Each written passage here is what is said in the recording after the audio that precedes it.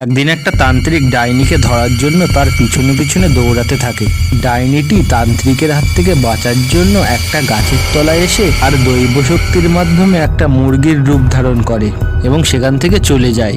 ডাইনি যখন কিছুক্ষণ পর তার বাড়িতে আসে এবং বাড়িতে এসে তার স্বামী ডাকু রাক্ষস তাকে যখন চিনতে না পারে, ডাকু রাক্ষস তখন বলে, আরে এত সুন্দর মুরগি, আমি তো আজকে একে চিবিয়ে খাবো।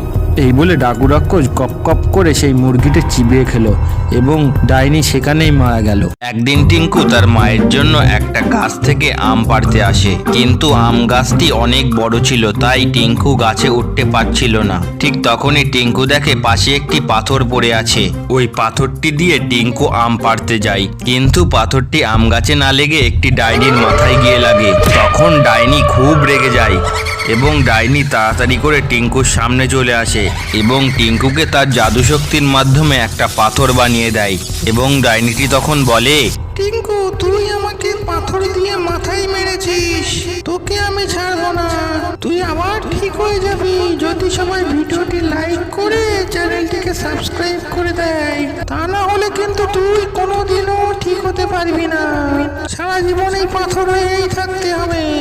তাই বলছি, তাড়াতাড়ি তোমরা লাইক এবং সাবস্ক্রাইব করে দাও, না হলে কিন্তু এই টিঙ্কুকে আর কোনোদিন দেখতে পাবে না।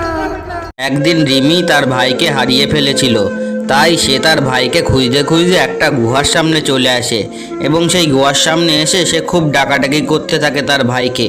তখন রিমির ডাকাডাকি শুনে গুহার মধ্যে থেকে রিমির ভাইয়ের ভূত বেরিয়ে আসলো। এই দেখে রিমি খুব ভয় পেয়ে গেল। তখন রিমির ভাই বলল, দিদি, আমি মারা গিয়েছি। আমি খেলতে খেলতে গুহার মধ্যে চলে এসেছিলাম এবং একটা পাথর চাপা পড়ে আমি মারা গিয়েছি। আমি আবার ঠিক হয়ে যাব যদি সবাই ভিডিওটি লাইক করে চ্যানেলটিকে সাবস্ক্রাইব করে দেয়। আমাদের ভিডিওটি ভালো লাগলে অবশ্যই চ্যানেলটি সাবস্ক্রাইব করে লাইক বাটনটি ক্লিক করবেন আর আপনার ভিডিও সম্পর্কিত মতামত কমেন্ট বক্সে লিখে জানাবেন।